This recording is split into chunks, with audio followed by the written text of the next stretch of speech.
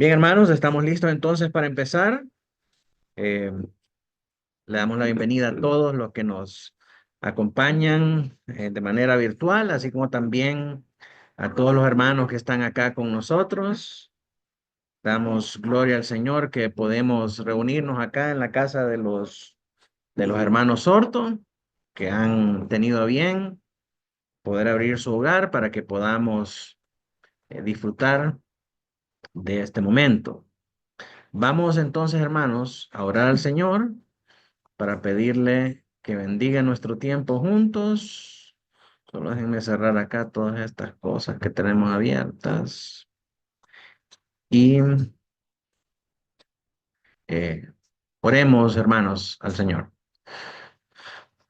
Nuestro buen Dios, Padre Celestial, Rey de gloria y de bondad, en esta deliciosa noche fresca, Señor, que nos has regalado.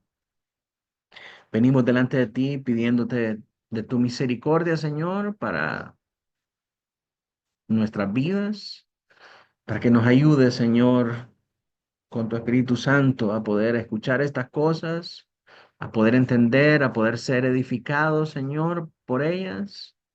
Y Padre Santo, que quites de nosotros cualquier distracción, cualquier pensamiento contrario, Señor, a tu bendición en este lugar. Por favor, Señor, lleva cautivos nuestros pensamientos en la obediencia a Cristo Jesús. Y te pedimos, Padre, que bendigas la comunión que como hermanos, como familia de la fe tenemos, con el propósito, Señor, de que tu nombre sea exaltado, de que otros puedan conocernos, Señor, porque nos amamos y porque nos ayudamos unos a otros y compartimos unos con otros, Señor, que en todas estas cosas tú seas glorificado, Señor. En el nombre de Jesús, amén y amén. Bien, mis hermanos, vamos entonces ahora a dedicarnos en este tiempo al estudio que hemos venido desarrollando ya por un buen tiempo, que es del libro de Apocalipsis.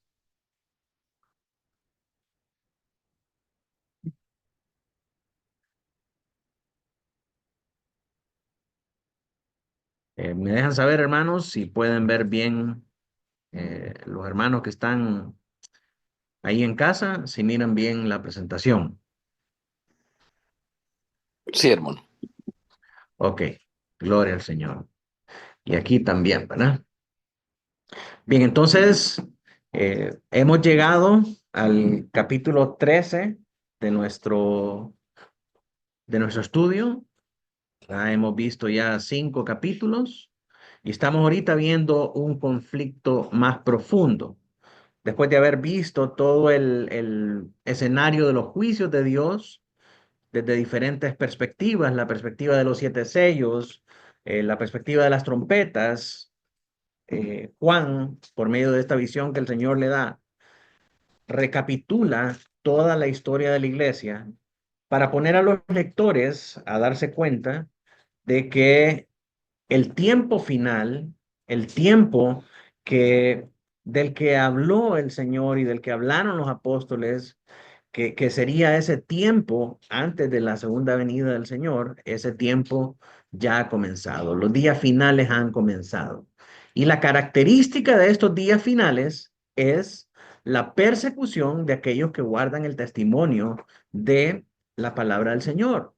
Entonces, el propósito de esta carta es asociar todo este tiempo de tribulación y de persecución con lo que los profetas hablaron de ese tiempo que vendría en el final de los tiempos. Y vamos a ver una y otra vez que la visión de Juan alude a capítulos como Daniel, como Ezequiel, como Isaías, hablando y trayendo a memoria todas las cosas que estos profetas hablaron al pueblo de cosas que acontecerían en el final de los tiempos. Entonces ahora a Juan se le hacen manifiestos estos tiempos y dice que a raíz del ascenso de Cristo al cielo, estos tiempos han comenzado ya y por lo tanto la iglesia tiene que pasar por este tiempo antes de la segunda venida del Señor Jesucristo. Y entonces, ¿cuál es el propósito de este mensaje? El propósito de este mensaje es traer consolación a la iglesia, traer consolación a los cristianos, para que sepan que todas las cosas que están pasando en el mundo, aunque pueden ser difíciles, aunque pueden ser dolorosas, aunque pueden ser de tribulación, todas estas cosas están gobernadas, están controladas por Dios, todo sale de la mano de Dios. Dios controla todo el escenario mundial, todo lo que está pasando, aún la persecución en contra de los cristianos. Y por lo tanto, al saber esto, los cristianos deben cobrar ánimo, deben fortalecerse, deben saber que Dios tiene el control de las cosas y todo este plan que Dios tiene es para el castigo de los malos y para fortalecer la fe de todos aquellos que son parte del pueblo de Dios. Bienvenidos. Entonces, nos encontramos en este capítulo, en esta sección que comprenden los capítulos del 12 al 15, donde se habla de este conflicto entre el dragón y la mujer, que dijimos que esta mujer representa la iglesia, ¿verdad? Entonces, el dragón está persiguiendo a esta mujer en una batalla que comienza en el cielo y ahora se pasa a la tierra. Y aquí es donde nos encontramos ahora. Entonces, dentro de este conflicto, vamos por el capítulo 13, donde ahora vemos la persecución por parte de la bestia del mar. Y en este capítulo 13 vimos primeramente en la lección anterior que el diablo autoriza al Estado como un agente para perseguir a la iglesia y engañar a los impíos. Y básicamente lo que vemos que se hace en el capítulo 12 se está llevando a cabo ahora ya de una manera objetiva, de una manera clara en la tierra, en la persecución por parte del diablo y todos sus organismos, ese dragón con varias cabezas, ¿verdad? Que está teniendo una persecución sistemática contra los cristianos. Eso fue lo que tratamos en el capítulo anterior. Estoy haciendo solamente una recapitulación de lo que fue el capítulo 13, los versículos del 1 al 8, para que recordemos y para que tengamos un contexto. Buenas noches, hermano. Para que tengamos un contexto de qué es lo que estamos hablando. Entonces, dijimos que había una notable diferencia entre cómo la Reina Valera traduce este capítulo, esta introducción al capítulo, y cómo se traduce en la Biblia de las Américas, ¿verdad? En el primer versículo dice, me paré sobre la arena del mar, como Juan hablando. Pero cuando nosotros vemos en la traducción, la Biblia de las Américas, dice, el dragón se paró sobre la arena del mar. Y en la Biblia del Rey Jaime, creo que ese es incluso parte del versículo 31 del capítulo 12. La situación es que ahora este dragón se para sobre la tierra, se para sobre la arena, sale de las aguas del mundo, sale de todo el ambiente agitado y caótico del mundo para traer sus sistemas y sus engaños a la iglesia del Señor y de esa manera eh, crear esta persecución en la que los moradores de la tierra van a participar y van a caer y van a acceder a esas cosas, mientras que la iglesia va a sufrir a causa de de este sistema y de toda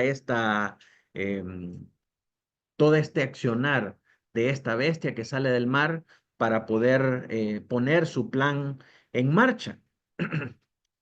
Leamos Apocalipsis 13 del 1 al 8 para que recordemos lo que leímos en la clase pasada. Emilio, si puedes ayudarme a leer por ahí. El dragón se paró sobre la arena del mar, y vi que subía del mar una bestia que tenía 10 cuernos, 7 cabezas. En sus cuernos había 10 diademas, y en sus cabezas había nombres blasfemos. La bestia que vi era semejante a un leopardo. Sus pies eran como los de un oso, y su boca como la boca de un león. Y el dragón le dio su poder, su trono y gran autoridad. Y vi de sus cabezas como herida de muerte, pero herida mortal fue sanada. y maravilló toda la tierra en pos de la bestia. Y adoraron al dragón que había dado autoridad a la bestia, y adoraron a la bestia diciendo, ¿quién como la bestia y quién podrá luchar contra ella? También se le dio boca que hablaba grandes cosas y blasfemias, y se le dio autoridad para actuar 42 meses. Y abrió su, y abrió su boca en blasfemias contra Dios, para blasfemar de su nombre, de su tabernáculo y de los que moran en el cielo. Y se le permitió hacer una guerra contra los santos y vencer. También se le dio autoridad sobre toda tribu, pueblo, lengua y nación. Y le adoraron todos los moradores de la tierra, cuyos nombres no estaban escritos en el libro de la vida del Cordero, que fue inmolado en el principio del... Muy bien. Entonces, eh, varios elementos ahí simbólicos que si nosotros los leemos separados de la escritura, separados de lo que la misma Biblia dice que son estos elementos, vamos a caer en el error de muchas iglesias del día de hoy de querer especular y querer decir qué son estas cosas. ¿Verdad? Cuando habla acerca del leopardo, acerca del oso, acerca del león, acerca de las cabezas, acerca de esto y acerca del otro, caen en un montón de interpretaciones caprichosas que lo que hacen es darle una definición al texto diferente a lo que significó en el tiempo de Juan, diferente a lo que Juan quería transmitir a los receptores originales de la carta, ¿verdad? ¿Por qué? Porque nosotros comparamos estas cosas a la luz de lo que nosotros vemos en la actualidad y no es ese el sentido que deberíamos de darle a esta carta. Tenemos que interpretar la Biblia en su contexto original, lo que significó para estas personas y lo que la misma Biblia interpreta por cada una de estas cosas. Entonces, cuando empezamos a ver todos los elementos que hay en este fragmento, así como en el resto del libro de Apocalipsis, vamos a ver que muchas de las cosas de las que Juan está hablando acá tienen una relación directa con las profecías del Antiguo Testamento. Y esto es lo que hemos venido diciendo a lo largo de todo este estudio. Apocalipsis está lleno de referencias del Antiguo Testamento. Es el libro que más referencias tiene al Antiguo Testamento. Incluso Apocalipsis mismo tiene más referencias al Antiguo Testamento que todo el Nuevo Testamento.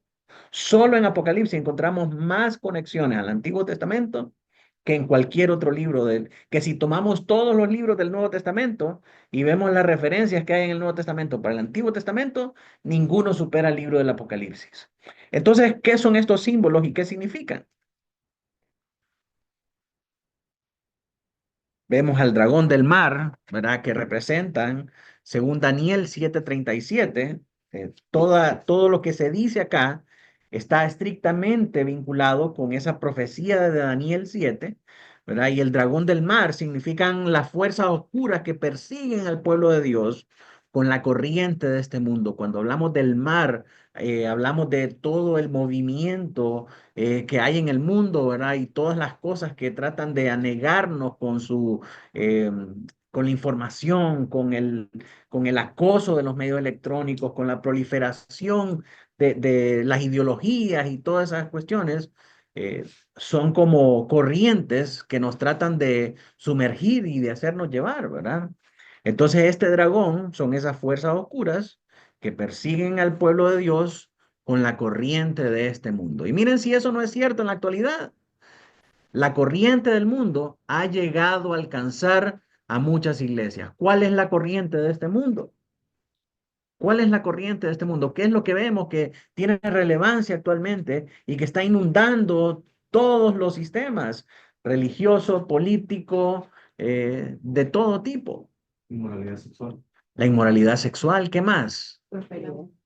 La prosperidad, ¿verdad? La agenda LGTB, todas esas cosas que nosotros vemos que están siendo relevantes en el gobierno, en la farándula, en el cine, en la educación de los niños, en las familias, también ha llegado a la iglesia.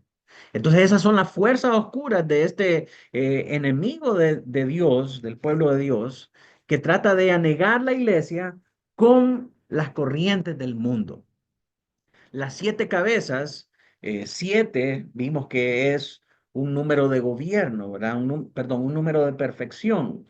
Eh, Cuando nosotros vemos estas cabezas, vemos que es perfecto en este poder opresivo, es eficaz en poder montar estos engaños, en montar estas corrientes y arrastrar al pueblo de Dios. Los 10 cuernos, los cuernos, hablan de influencia mundial, ¿verdad? Del gobierno mundial. Y todas estas cosas, o sea, no es que a alguien se le ocurrió, los cuernos son estos. No, cuando nosotros leemos Daniel 7, nosotros podemos ver que estos símbolos, eso es lo que representan. Entonces, cuando decimos que los cuernos representan influencia mundial, nosotros estamos dejando que la Biblia interprete y la Biblia sea la que diga qué significan estas cosas. ¿Verdad? Las diademas hablan de dominio o de autoridad. Cada vez que vemos las diademas en la Biblia, nos habla de alguien que tiene prominencia, alguien que tiene una corona o una diadema, es un soberano, es un rey, ¿verdad? Entonces eso nos habla a nosotros de dominio y de autoridad. Los nombres blasfemos es una imitación débil de la verdadera realeza de Cristo. Este enemigo de Dios y enemigo del pueblo de Dios trata de decirse y de ponerse él como por encima de Dios. Y entonces en eso blasfema el nombre de Cristo. Luego vemos las imágenes del leopardo, del oso, del león y la cuarta bestia y hablamos que estos son 4 imperios sucesivos, que en aquel tiempo, en el tiempo de Daniel, eran los griegos, los persas, los babilónicos y los romanos. Pero que esto puede repetirse y puede darse nuevamente en cualquier periodo de la historia, cuando se levantan 4 gobiernos sucesivos con el propósito de imponer sus ideologías, su agenda y perseguir al pueblo de Dios.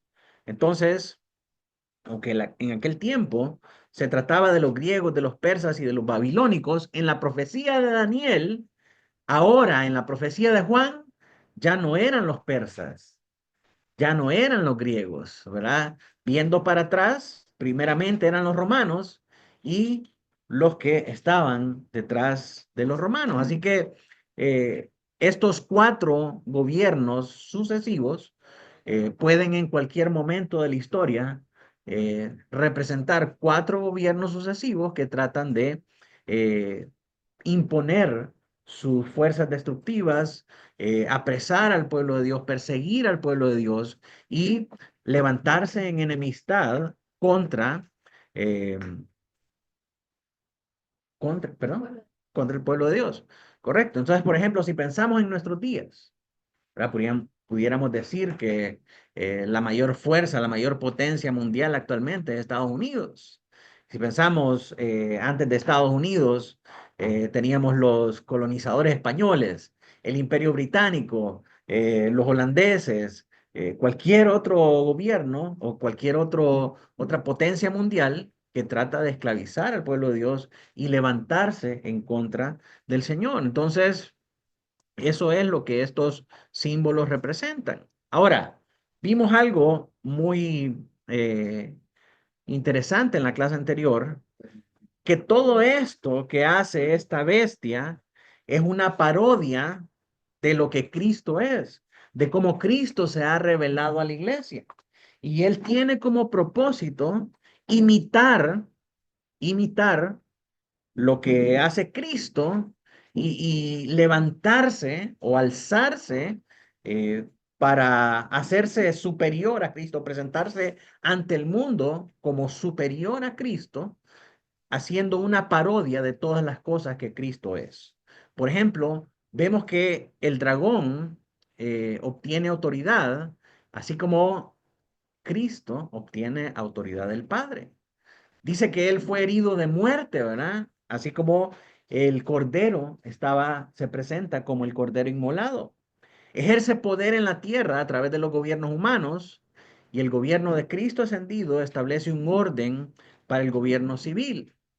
Cristo tiene 7 cuernos y este dice, yo tengo 10, yo soy más. Y ahí es donde el gobierno trata de hacer de menos la autoridad de Cristo, ¿verdad? Al decir, Ah, pero ustedes tienen la religión, eso es superstición de gente ignorante. Nosotros tenemos la ciencia, ¿verdad? La ciencia está por encima de la religión y es lo que manda, es lo que le da razón a las cosas. Sin ciencia, la fe no vale. Ahí, en ese tipo de cosas, es donde vemos que el gobierno de esta bestia trata de ponerse por encima de la autoridad de Cristo. Y muchas personas, incluso muchos cristianos, hermanos, tristemente han transigido en su fe obedeciendo a las doctrinas de eh, de este gobierno, de este sistema, ¿verdad? De esta bestia. Muchos cristianos han llegado a abandonar la fe para seguir la ciencia, para seguir lo que el gobierno dice que es oficial, lo que el gobierno dice que es autoritario, negando incluso la autoridad de la Biblia y la autoridad del Señor Jesucristo. Entonces, vemos que todo lo que hace este régimen es parodiar la autoridad del Señor Jesucristo. Eh, y al final vemos que el Señor Jesucristo en la segunda venida va a recibir un culto mundial, pero también al final de este capítulo 13 versículo 8 el mundo le rinde adoración a esta bestia. Así termina el versículo 8. ¿Puedes leerlo nuevamente, hermana Yasmín? Léalo. 13:8. Dice, y la adoraron todos los moradores de la tierra, cuyos nombres no estaban escritos en el libro de la vida del Cordero, que fue inmolado desde el principio del mundo.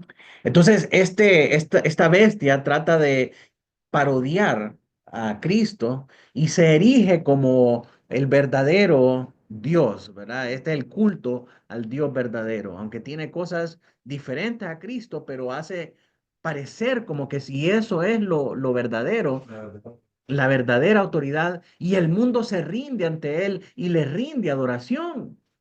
Pero dice que solamente los que no fueron sellados, los que no estaban inscritos en el libro de la vida, fueron los que le adoraron.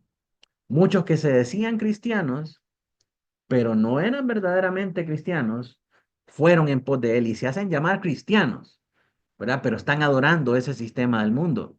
¿Por qué? Porque es que esto es lo mundial, esto es lo que acepta todo mundo, esto es lo que todo mundo hace, esto es lo que la ciencia dice, esto es lo que tiene lógica, sí, pero no es lo que obedece a la fe verdadera del Señor Jesucristo.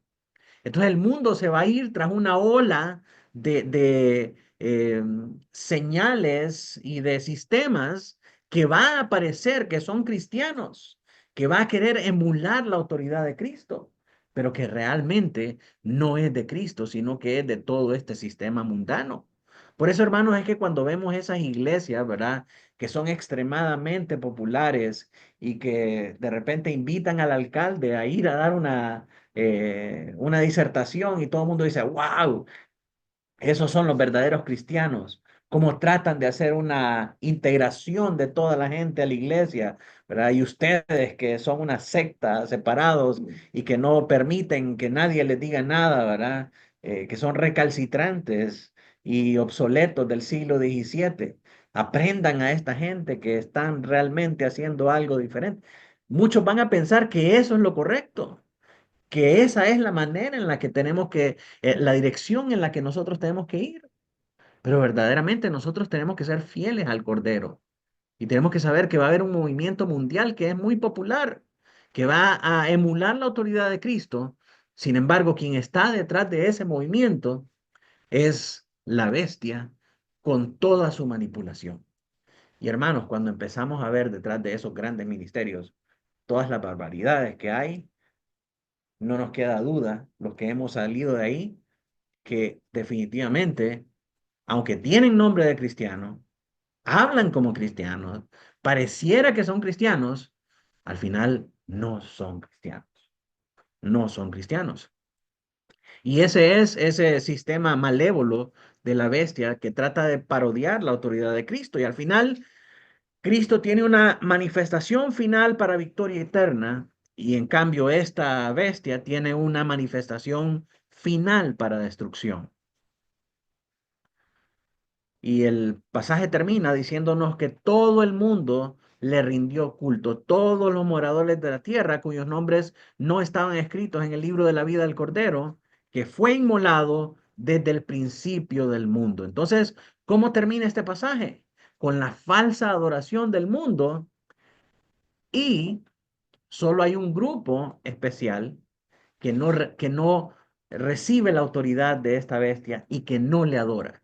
Y entonces, ¿qué va a pasar con ese grupo que no adora y que no se rinde ante esta bestia? Lo mismo que pasa en Daniel 7 cuando no adoran a la estatua de Nabucodonosor. Son perseguidos, pasan por la tribulación. Entonces, ¿ven la referencia que está haciendo Juan acá? Juan quiere que pensemos como Daniel en el tiempo de la cautividad. El sistema mundial trata de erigirse y trata de decir, somos la verdadera religión, soy Dios en la tierra, adórenme. Pero al final los que estaban escritos en el libro de la vida no van a transigir en su fe y a causa de eso van a ser perseguidos.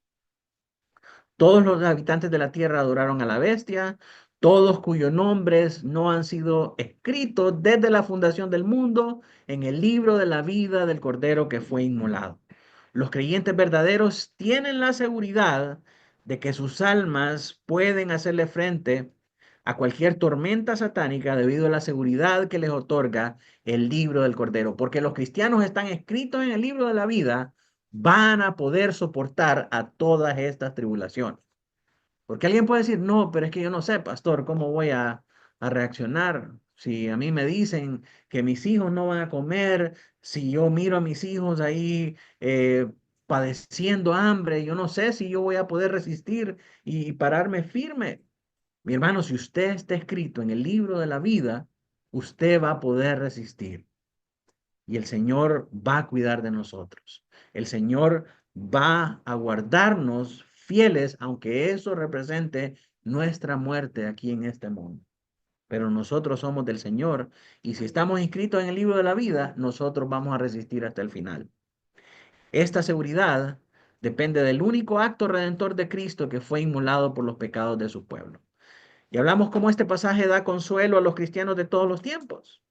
Bueno, independientemente de todo lo que sucede en el mundo, el cristiano tiene la seguridad de que Jesucristo ya venció a esta bestia que se levanta como omnipotente y como poderosa sobre todas las cosas. Adorarán a la bestia únicamente aquellos que no están inscritos en el libro del Cordero. Es un gran consuelo para todos los creyentes de todos los tiempos. Nuestros nombres están inscritos en el libro de la vida si hemos confiado en el Señor Jesucristo. Nuestra salvación está segura en Dios. Nosotros no tenemos que preocuparnos de nada. Ay, es que mire que están poniendo el microchip, que es la marca de la bestia, en la frente y en la mano, y no vamos a poder comprar ni vender. Mis hermanos, antes de que llegue eso, ya los que el Señor iba a salvar, gracias hermana, ya los que el Señor iba a salvar, ya fueron sellados, ya fueron inscritos en el libro de la vida. Ay, pero es que va a venir el anticristo y el microchip y la vacuna y esto. Yo ya soy salvo, yo ya estoy inscrito en el libro de la vida. Yo soy de Cristo, yo me voy con Cristo. El diablo va a sellar a los que son suyos. Y vamos a ver cuando lleguemos a esa parte que no se trata de un sello físico, no se trata de un microchip, de una vacuna o de cualquier programa. Como venimos hablando, todos estos símbolos o todas estas cosas, todos estos elementos son simbólicos.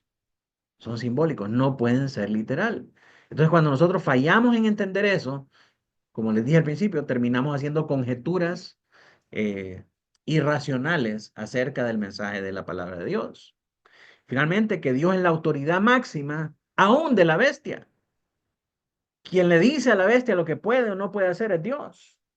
Y si Dios dice, no toques a mis ungidos, entonces la bestia no puede hacer nada en contra de sus ungidos. Él establece los tiempos y las estaciones y los límites de lo que el hombre, de lo que los gobiernos mundiales, de lo que cualquier espíritu de estos puede hacer. Entonces Dios está en control y no el diablo. Así que De esa manera terminamos el capítulo anterior. Y era necesario que volviéramos a recapitular para que volviéramos a recordar de dónde venimos, porque ha pasado mucho tiempo. Ahora vamos a ver la siguiente sección, que solamente son 2 versículos, el 9 y el 10, para que no se preocupen.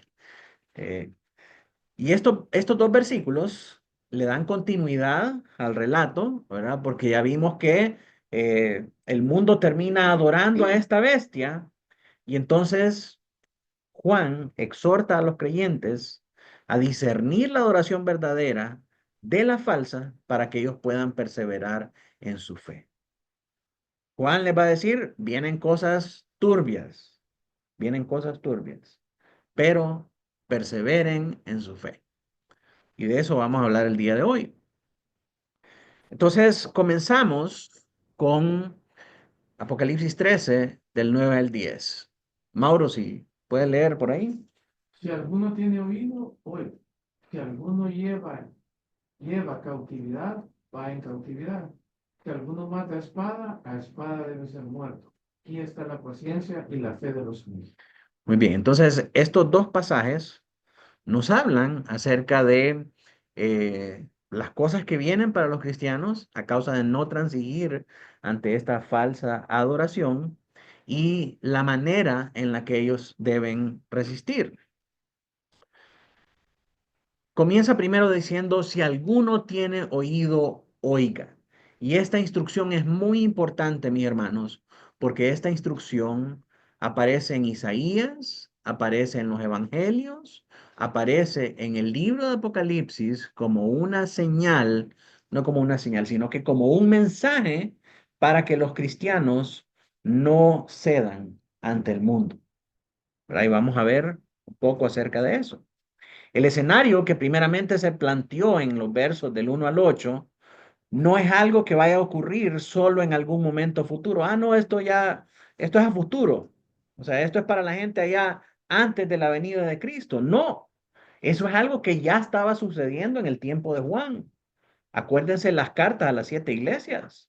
Juan está hablando acerca de esa tribulación, acerca de esas pruebas que las iglesias estaban teniendo. El mismo Juan estaba pasando tribulación al momento de recibir esta visión. Entonces, esto no es algo que viene, esto es algo que ya está desde el tiempo de Juan. Por consiguiente, hermanos, es algo que nosotros ya estamos viviendo. La iglesia está siendo perseguida ya, ¿sí o no? Sí, está siendo señalada ya. Ha pasado por una cantidad de pruebas, de tribulaciones. Entonces, no podemos decir que son cosas que van a venir en el futuro, porque la verdad de las cosas es que el cristianismo en Occidente vive de una manera despreocupada y acomodada a sus anchas. No es la misma realidad de los cristianos en Oriente, no es la misma realidad de los cristianos en China, en Irak, en todos esos países donde el cristianismo es vetado, donde el cristianismo es censurado. Entonces, esta persecución es real y es ahorita. La gran tribulación, entonces, mis hermanos, es un periodo que ya estamos viviendo nosotros ahorita. Y de eso habla estos pasajes del 1 al 8. Es algo que es en este momento. De hecho, ya había empezado hace mucho tiempo en Apocalipsis 2 y 3 con las cartas a las iglesias. Y a la luz de lo narrado en los versos 1 al 8, Juan se dirige a los lectores con la misma exhortación con la que se dirigió a ellos al concluir cada una de las cartas de las iglesias. Cada carta a las iglesias termina con esta frase: el que tenga oídos para oír, que oiga lo que el Espíritu dice a la iglesia. Y después les da la promesa, ¿verdad?, que él le deja a esa iglesia. Pero tenemos que entender que la utilización de esa frase es en un contexto de tribulación, en un contexto de persecución, ¿verdad? Entonces, cuando dice el que tenga oído, oiga, es para que se ponga atento, para que esté vigilante, para que no ceda en su fe y que sepa que la tribulación puede perder a aquellos que no están firmes y puede también afirmar a aquellos que verdaderamente han sido inscritos en el libro de la vida. Y cuando pensamos en Jesús diciendo estas cosas, el que tenga oídos para oír, vemos en la audiencia de Jesús que habían dos tipos de personas: los que podían escuchar y no entendían y se terminaban apartando del mensaje, pero aquellos que escuchaban con atención y se preocupaban por saber qué significaba estas cosas, a ellos la explicación de lo que Cristo quería decir se les era dada, ¿verdad? Entonces, estas parábolas o este mensaje tiene ese propósito doble, ¿verdad? Que aquellos que no son de Dios, que aquellos que no están firmes, se terminen saliendo y los que son del verdadero pueblo de Dios puedan ser afirmados en su fe. Entonces, es el propósito de traer esta frase nuevamente. Y esta frase se usa en Isaías 6, ¿verdad? En ese mismo contexto. Y de hecho, Isaías 6 está diciendo que el Señor iba a hablar en parábolas para que oyendo no escucharan y entendiendo no entendieran. Luego vemos que la misma frase se usa en los evangelios sinópticos, en Mateo, Marcos y Lucas. Sinópticos porque comparten la misma óptica de la narración del evangelio. Si usted mira Mateo, Lucas y Marcos, los tres presentan la vida de Jesús, la vida y el ministerio de Jesús en un orden casi idéntico, casi igual. Y de hecho, cuando usted está leyendo, le aparecen ahí referencias de que esa misma narración aparece en Mateo y aparece, por ejemplo, si está leyendo Lucas, le dice que aparece en Mateo y aparece en Marcos en tal o cual capítulo, porque los tres comparten la misma óptica. Por eso se llaman sinópticos, ¿verdad? Y en los tres se narra esa frase dicha por el Señor Jesucristo. Y en las conclusiones a las 7 cartas también se vuelve a usar: el que tenga oídos para oír, que oiga. Y la exhortación alude al hecho de que este mensaje parabólico de Juan iluminará a algunos mientras cegará a otros dentro de la comunidad del pacto. Lo que estamos diciendo, que va a ser perdición para unos, pero va a ser afirmación para otros. Mateo 13, del 13 al 14. Me ayuda ahí Sonia a leer. Para porque diciendo lo oyen y entienden, de manera que se cumple en ellos la profecía de Isaías, que dijo: de oído oiréis y no entenderéis, y viendo veréis y no percibiréis. Y ahí está citando específicamente Isaías 6, ¿verdad? Y lo que esto quiere decir es que ese mensaje eh, en parábolas o ese mensaje parabólico iba a ser que los que no entendían y no querían nada de Cristo se evidenciaran y dijeran: no, yo mejor me voy, esto no es conmigo. Pero los que realmente amaban al Señor Jesucristo y querían seguirlo, ellos estaban dispuestos a quedarse y escuchar, a quedarse y seguir. Y vemos que eso es cierto en el ministerio del Señor Jesucristo. Cuando el Señor Jesucristo empieza a decir: el que no come mi carne y no bebe mi sangre, no es digno del reino. Cuando muchos escucharon eso, dicen que salieron pitados, dijeron: dura es esta palabra, ¿quién la puede soportar? Muchos se fueron.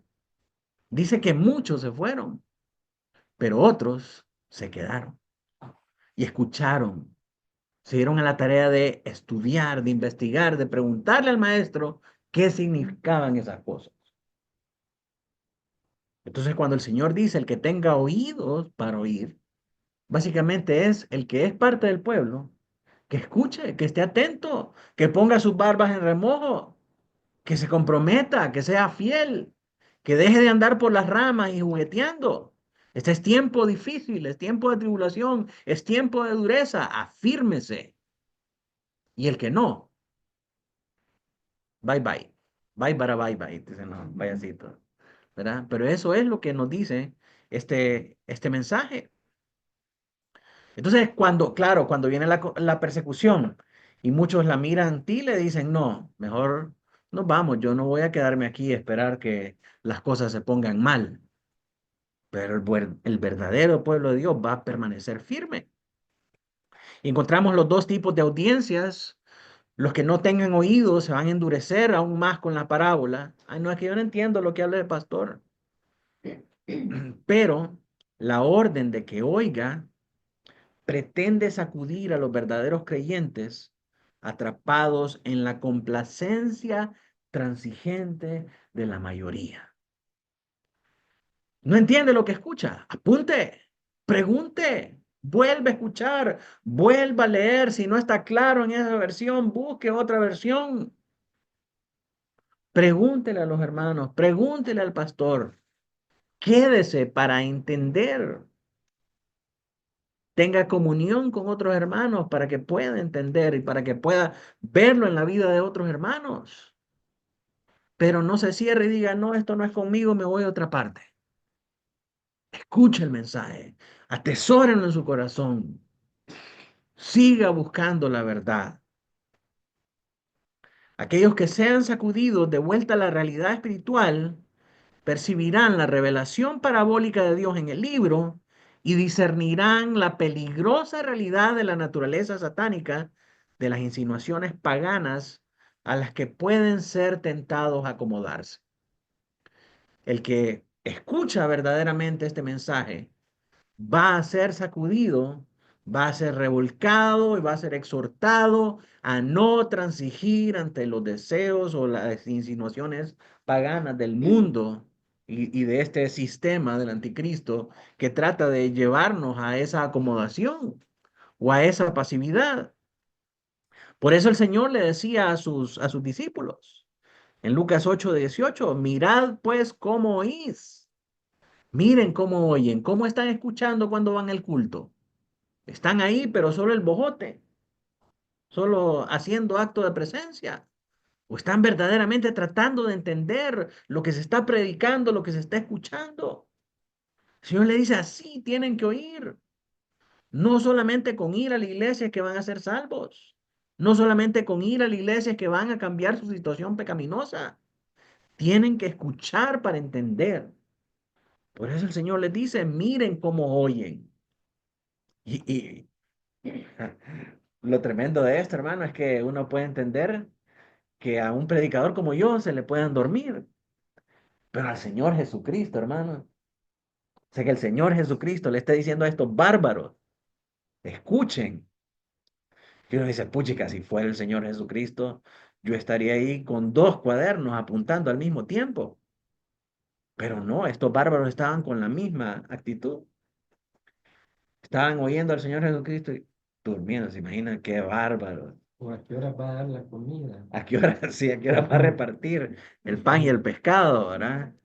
Imagínense, estaban ahí cabeceando con el Señor y el Señor tiene necesidad de decirle, miren cómo están oyendo, miren cómo están oyendo. Y les digo a unos, ustedes me siguen solamente porque les doy de hartar, dice una versión. Ustedes me siguen solo porque les doy de comer. Y por eso los reprende y les dice, miren cómo oyen. Igual Santiago nos hace esa exhortación. Mas el que mira atentamente en la perfecta ley, la de la libertad, y persevera en ella, no siendo oidor olvidadizo, sino hacedor de la obra, éste será bienaventurado en lo que hace. Mi hermano, usted quiere recibir bendición, usted quiere decir fortaleza para la tribulación, fortaleza para sus problemas, fortaleza para las dificultades en las que enfrenta su vida. Escuche con atención, ponga por obra, apunte, lleve tareas para su casa, para leer un versículo que se le pasó por alto. Pregúntele al pastor, pregúntele a los hermanos, trate de poner por obra toda esta palabra y no solamente sea entretenido por el culto. Tenemos que escuchar estas cosas porque dice el Señor, mis palabras son vida y verdad.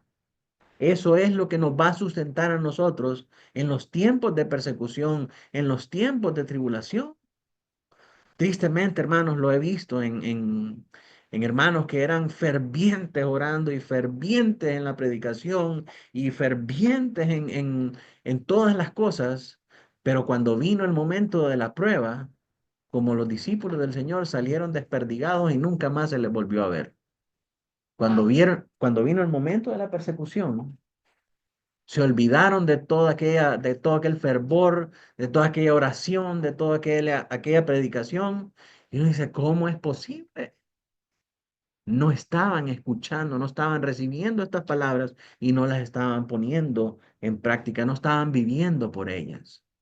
Es el propósito por el cual el Señor le dice a la iglesia, el que tenga oídos que oiga, porque los que oyen van a resistir la tribulación, pero los que no van a ser endurecidos y se van a ir al mundo. Y luego, esta exhortación del verso 9 se refiere no solo a los versículos anteriores, sino también al siguiente decreto. O sea, no solamente les dice, oigan, que esto viene, ese culto mundial de esta bestia, de este anticristo que trata de parodiar la autoridad del Señor Jesucristo, eso viene, sino que también oigan lo que el Señor les va a decir a continuación. Oigan este decreto. Y ahí es donde dice, si alguno lleva en cautividad, va en cautividad, si alguno mata espada, espada debe ser muerto. Aquí está la paciencia y la fe de los santos. Aquí en la Reina Valera no se aprecia tan bien el mensaje, pero en la Biblia de las Américas sí se aprecia un poco mejor. Adrián, si puedes leer ahí el verso 10. Bien, si alguno es destinado a la cautividad, Va. va. Si alguno ha de morir a espada, a espada ha de morir. Aquí está la perseverancia y la fe de los santos. Tremendo, ¿verdad? ¿Qué está diciendo aquí el Señor? El Señor está diciendo acá las duras palabras para el pueblo de Dios de que algunos van a ser llevados en cautividad y otros van a ser muertos a espada. Esto quiere decir que la prueba y la tribulación va a hacer que algunos de nosotros muramos. Va a hacer que algunos de nosotros pasemos por las angustias de la tribulación. Si nosotros pensamos la relación de estas duras palabras, hermanos, con Daniel, a lo que hace referencia a la sección anterior, Daniel vivió esto. Daniel era un hombre justo, un hombre fiel, un verdadero creyente, pero fue llevado en cautividad y sufrió los embates de la cautividad. Algunos otros de los muchachos que fueron llevados cautivos fueron asesinados. La tribulación va a traer eso. Algunos van a ser cautivados y otros van a ser muertos a espada. Y me llama la atención la palabra destinado que aparece ahí. Destinado. Quiere decir que el Señor ha decidido que así sea. ¿Con qué propósito? Con el propósito de que sea refinada nuestra fe. Con el propósito de que sea evidenciado quién es verdadero creyente. Porque el que es verdadero creyente va a ser fiel hasta la muerte. A filo de espada lo van a poner y le van a decir, niega tu fe. Y el que es verdadero creyente va a preferir morir antes de negar a Cristo. Y esta es una paráfrasis que combina elementos de Jeremías 15:2, Jeremías 43:11, que dicen exactamente lo mismo. Jeremías le profetiza a Israel que Dios ha destinado a su pueblo para ir al cautiverio y para sufrir espada como castigo por el pecado. Y mis hermanos, si ustedes leen el libro de Jeremías, yo sé ya hemos pasado por él en el plan de lectura, pero lea con detenimiento las atrocidades que eh, estos imperios hacían en contra del pueblo de Dios. Jeremías es conocido como el profeta llorón y otro de sus libros es el libro de Lamentaciones. Pero la razón por la que es el profeta llorón es porque Jeremías estaba viendo las barbaridades que cometían contra el pueblo de Dios y se compungía en sus entrañas de ver cómo era eso posible. De que a una mujer embarazada le sacaran la criatura y la estrellaran contra una piedra. O sea, cosas innombrables, cosas que estremecen a cualquiera. Entonces, y ese era el pueblo de Dios. Ese es el pueblo. Y ellos clamaban, ¿y por qué Dios? ¿Por qué no hablas? ¿Por qué no haces nada? ¿Por qué estás viendo estas cosas, estas barbaridades? ¿Y por qué no haces nada?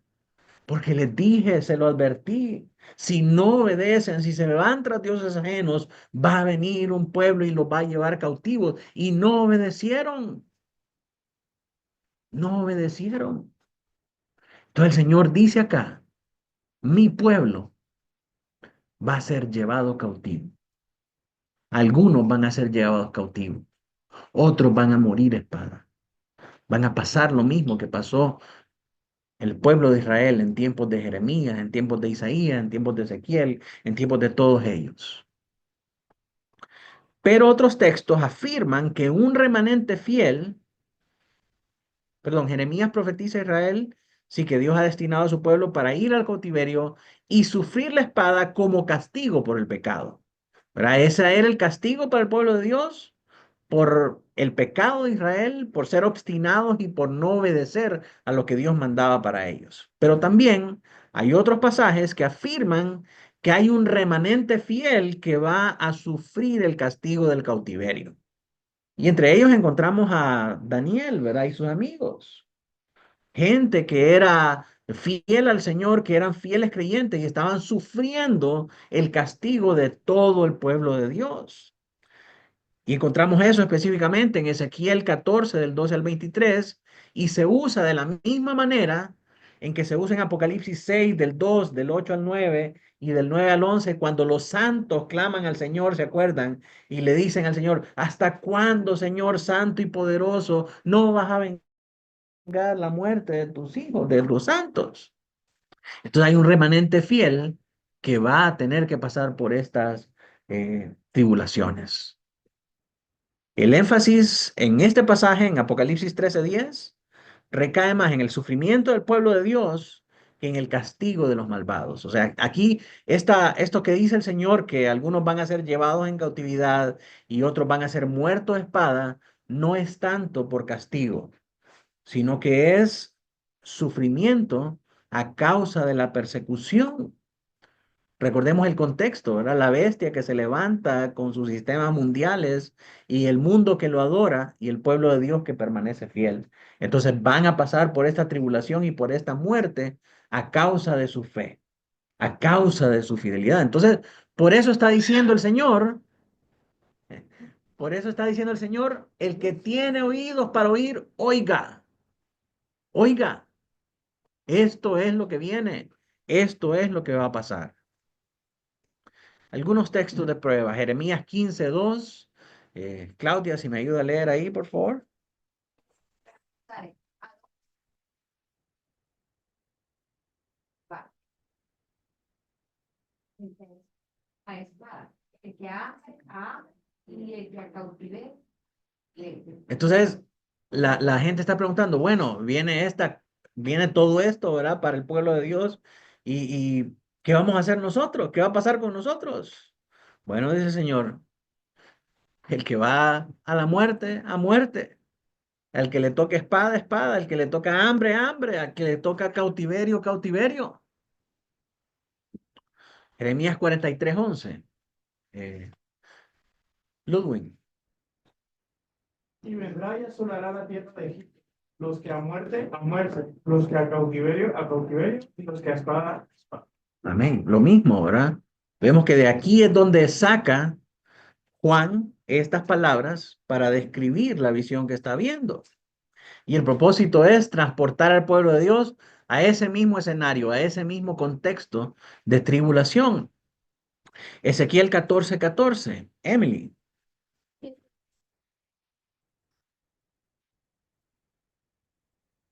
Dice, librarían únicamente su propia vida, dice Jehová el Señor. Entonces vemos acá un remanente fiel que pasa por las tribulaciones, ¿verdad? Pensemos en el diluvio universal para todo el mundo.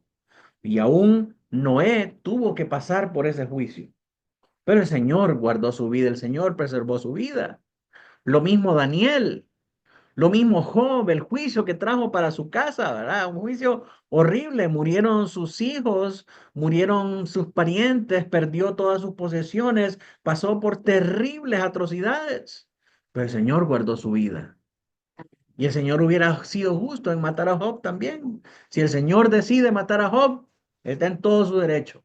Pero Él muestra su misericordia guardando su vida y permitiéndole prosperar el doble después de toda esta tribulación por la gracia del Señor solamente. Entonces vemos que aún en medio de la tribulación hay un remanente fiel que el Señor ha destinado que tienen que pasar por esa tribulación, que tienen que pasar por esos momentos de angustia. Vemos los santos en Apocalipsis 6:10, mano Noé. Y clamaban a gran voz diciendo, ¿hasta cuándo, Señor Santo y verdadero, no juzgas y vengas nuestra sangre en los que moran en la tierra? Los santos ahí tuvieron que pasar por tribulaciones y ellos claman al Señor pidiendo misericordia, pidiendo juicio. El mismo, el mismo Pedro, porque alguien puede decir, no, pero ¿cómo es posible que el Señor va a permitir que sus hijos pasen por esas cosas, que sus hijos pasen por esas angustias? Las iglesias de la prosperidad le dicen, no, para tu casa no viene destrucción, para tu casa solo prosperidad. Tú no pasarás por estas cosas. Decláralo, decrétalo, profetízalo, esto y el otro. Y miren lo que le dice a Pedro, Lucas 22 del 31 al 32, Alejandro. Dijo también el Señor, Simón, Simón, que aquí Satanás os ha pedido para zarandearos como a trigo.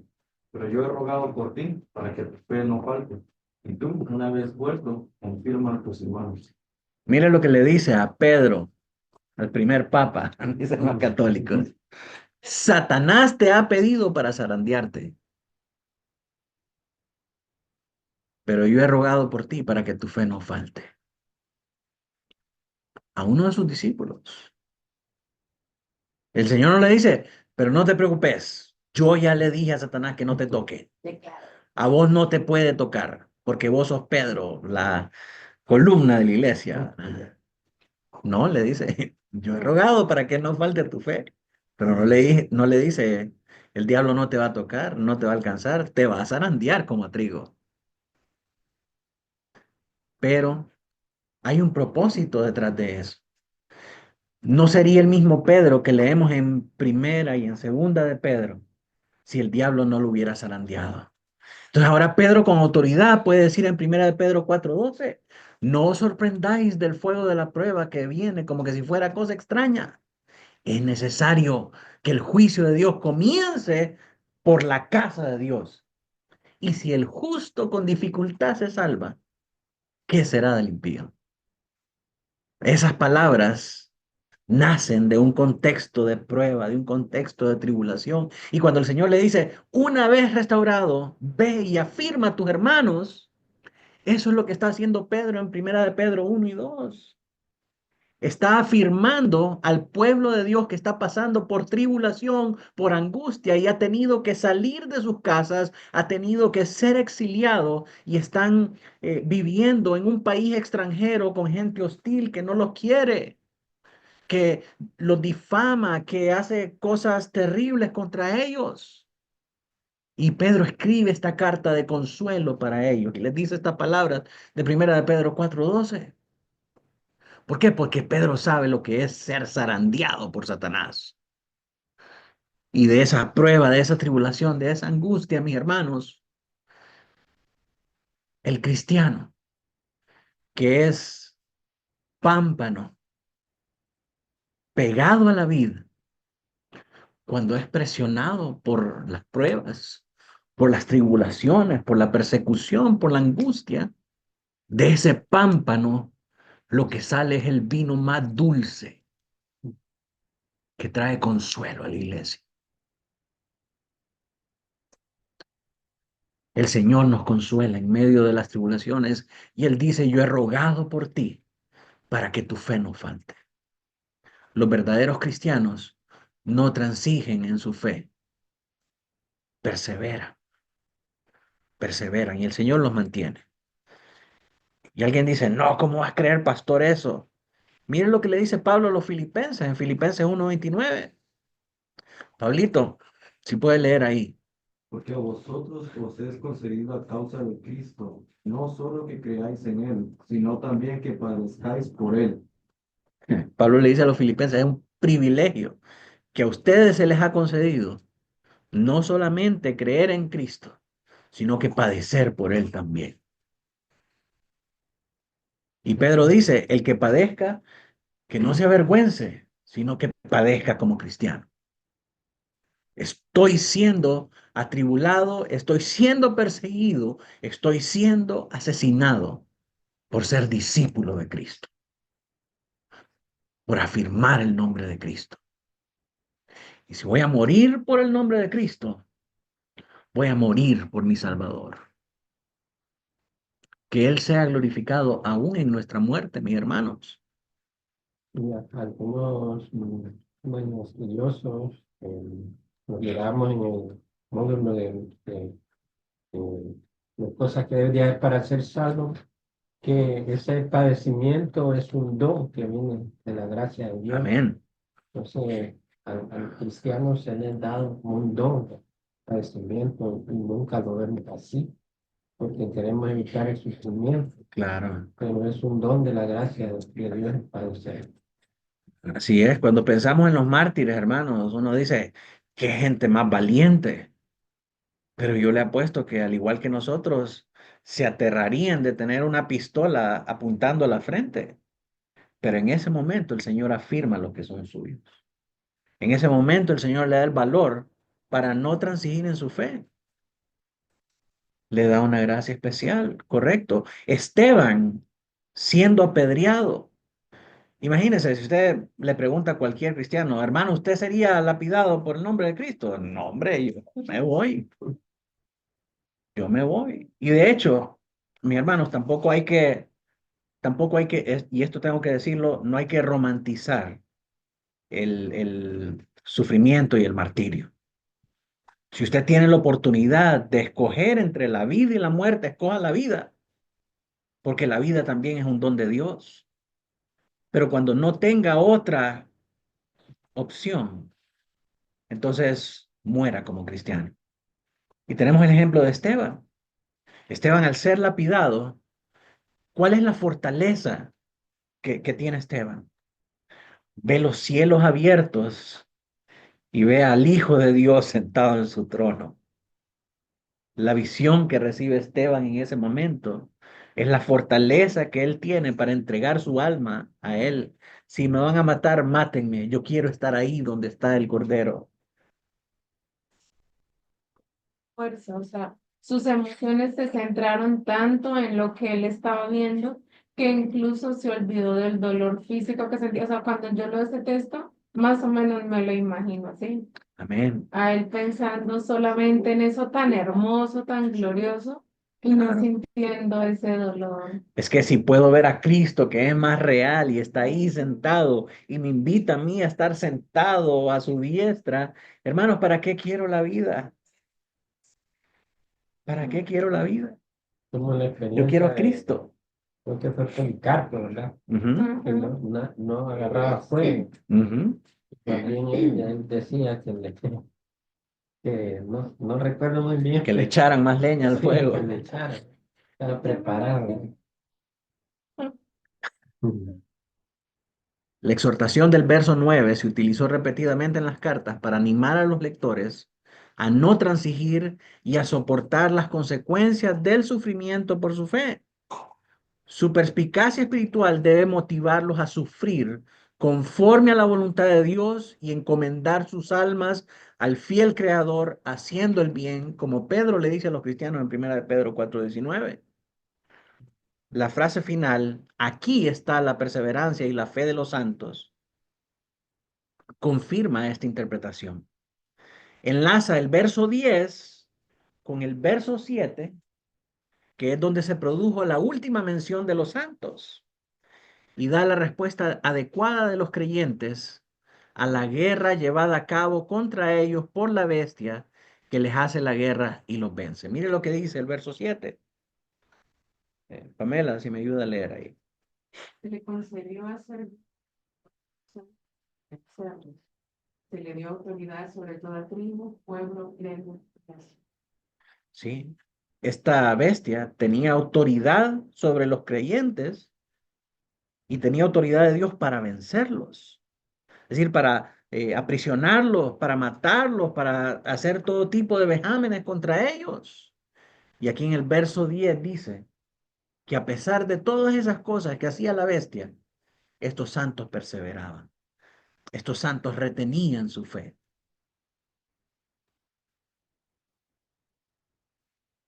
¿Qué significa esto? Al igual que la perseverancia significaba que Juan estaba en un reino, aunque en medio de la tribulación. Miren lo que dice en el verso en Apocalipsis 1:9.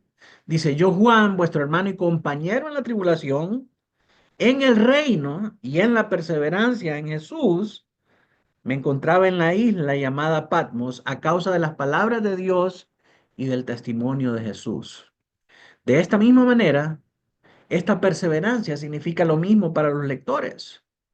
Las cosas que estos pasajes describen deben suceder. La tribulación viene, la persecución viene, el huir por nuestra vida viene, pero los creyentes deben perseverar en su fe y no rendirse. Esta conclusión se confirma al observar que cada uso de fe o de fidelidad en Apocalipsis se refiere a la fe de Cristo o de los santos frente a la persecución. Terminemos con algunas aplicaciones. Pensamos en el concepto de la perseverancia de los santos como una verdad teológica relacionada con la seguridad de la posición del creyente en Cristo. Como calvinistas, afirmamos esa perseverancia de los santos, ¿verdad? Y predicamos de ella y constantemente hablamos de cómo aquel que está en Cristo va a perseverar hasta el final y el Señor lo va a guardar hasta el fin. Pero cuando pensemos en la perseverancia de los santos, pensemos en la perseverancia de los santos aún en el contexto de la tribulación y de la persecución. Los santos perseveran aún en la persecución, aún en la tribulación. Estos versículos nos muestran la perseverancia llevándose a cabo a través del tiempo de prueba, de dificultades e incluso de la persecución. Caemos a veces en la trampa de pensar en las doctrinas bíblicas como algo teórico, sin darnos cuenta de que cada verdad bíblica debe hacerse realidad en nuestras vidas. Oramos domingo a domingo por los hermanos. Hermanos, dale perseverancia en la fe al hermano que es parte de nuestra iglesia y que esto y el otro. Pero es bonito perseverar cuando no hay obstáculos, cuando no hay persecución, cuando perseverar significa ir más a la iglesia, ser más constante, servir más. Pero perseverar también es no perder la fe en medio de las pruebas, en medio de la angustia, en medio de la tribulación. Algunos creyentes pueden pedirle a Dios que los libre de las pruebas. Sin embargo, a menudo son las pruebas las que demuestran la autenticidad de nuestra fe y dan como resultado que Dios sea glorificado. Mi hermanos, hasta que no viene la prueba, no vamos a saber quién es verdaderamente cristiano en medio de nosotros. De hecho, es en la prueba en la que vemos quiénes son verdaderamente. Podemos llenarnos la boca, soy de Cristo y todo lo demás. Pero cuando pasamos por una profunda dificultad, la muerte de un familiar, la pérdida de nuestras posesiones, la quiebra financiera, los problemas de salud. Mis hermanos, he visto más cristianos negar su fe por un diagnóstico de cáncer que por una ideología mundana. Muchos pierden su fe en medio de esas situaciones difíciles. Y es necesario que venga. Es necesario que venga. Eso dice Pedro, perdón, en 1 de Pedro 4. Es necesario que el juicio de Dios comience por la casa para que se miren quiénes son verdaderamente los cristianos. Y si el justo con dificultad se salva, ¿cuánto más el impío? Y eso dice también el verso 7. Para que sometida a prueba vuestra fe, mucho más preciosa que el oro, el cual aunque perecedero se prueba con fuego, sea hallada en alabanza, gloria y honra cuando sea manifestado Jesucristo. Yo estuve algunos años atrás eh, trabajando con empresas familiares y viendo la metodología de las empresas familiares. Y una de las cosas que le enseñan a uno en las empresas familiares es que todas las familias, en algún punto de la historia, van a enfrentar una crisis.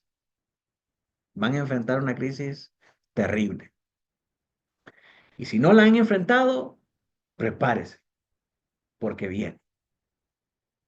Y hablando en ese contexto, puede ser divorcios, muerte, eh, cambio generacional, cambio de mercados, cambio de gobierno, cambio de tantas cosas. Pero es lo mismo en la vida de la fe. Las pruebas vienen, las tribulaciones vienen. Y por eso el Señor dice, el que tenga oído para oír, que oiga.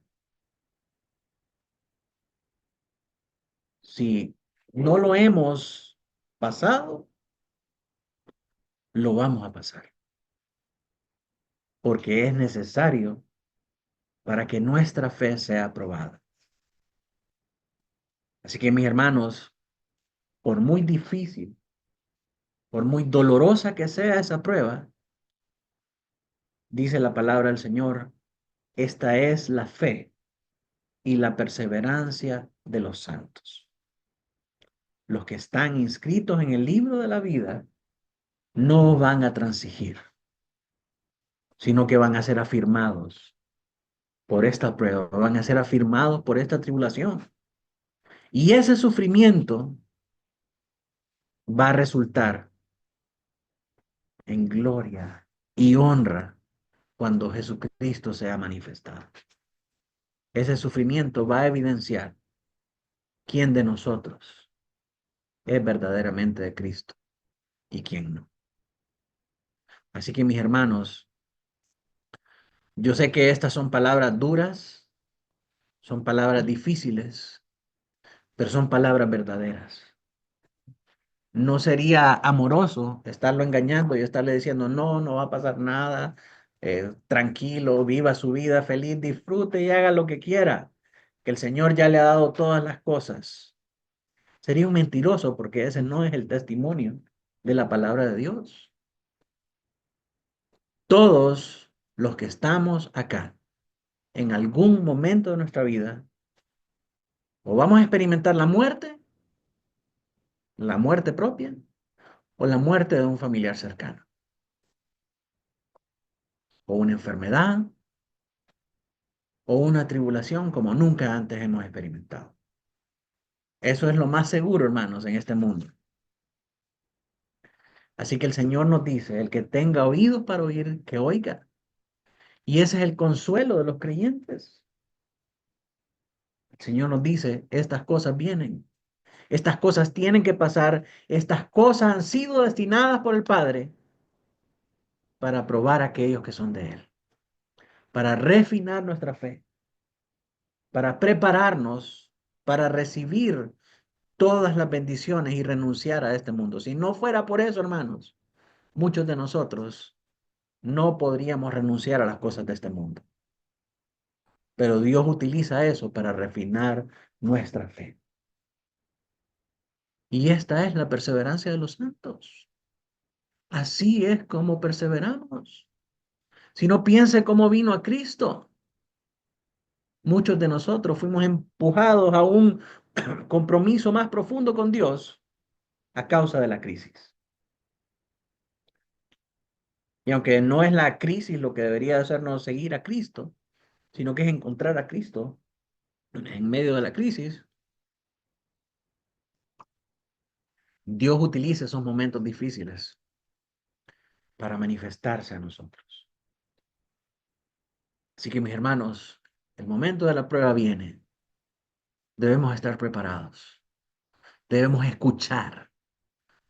Debemos oír. Debemos pedirle al Señor oídos para entender el mensaje, para recibirlo, para aplicarlo a nuestra vida.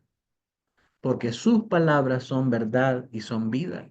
Sus palabras son lo que nos van a mantener en medio de la tribulación, en medio de la dificultad.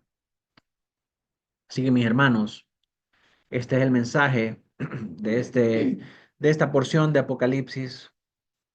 El anticristo se levanta con sus sistemas del mundo, el mundo lo adora y la iglesia permanece fiel sabiendo que es un engaño y a causa de su firmeza es perseguida, es angustiada, es pasada por tribulación. Pero el mensaje del Señor es: el que tenga oídos para oír, que oiga. Y esta es la fe y la perseverancia de los santos. En nuestro próximo estudio vamos a ver cómo el Estado autoriza a sus aliados políticos y religiosos y económicos como sus agentes para perseguir a la iglesia y engañar a los impíos. Por hoy vamos a quedarnos hasta acá y vamos a orar al Señor. Voy a pedirle a mi hermano Mauricio Mauricio hijo, que pueda eh, dirigirnos en oración. Padre, te damos gracias, Señor Dios, porque nos han permitido, Señor Dios, estar reunidos, familia de la fe, en la casa, Padre, de nosotros, Señor Dios, escuchando tu palabra, hablando a nuestros corazones, Señor Dios, para que tengamos discernimiento, Padre, y que nuestros oídos estén prestos a escuchar, Señor, lo que tú tienes que decir. Gracias, Señor Dios, por esta palabra, Señor Dios. Te pido que la pongamos en práctica, Señor Dios. Ayúdanos, Señor Dios, a tener hambre y sed de ti, Padre, como Señor pastor, su familia, Padre, todas, y los que nos están viendo también. Amén. Gracias, Padre. Todo te lo pedimos, Señor Dios, en el nombre de Jesús. Amén y amén. Amén. Amén.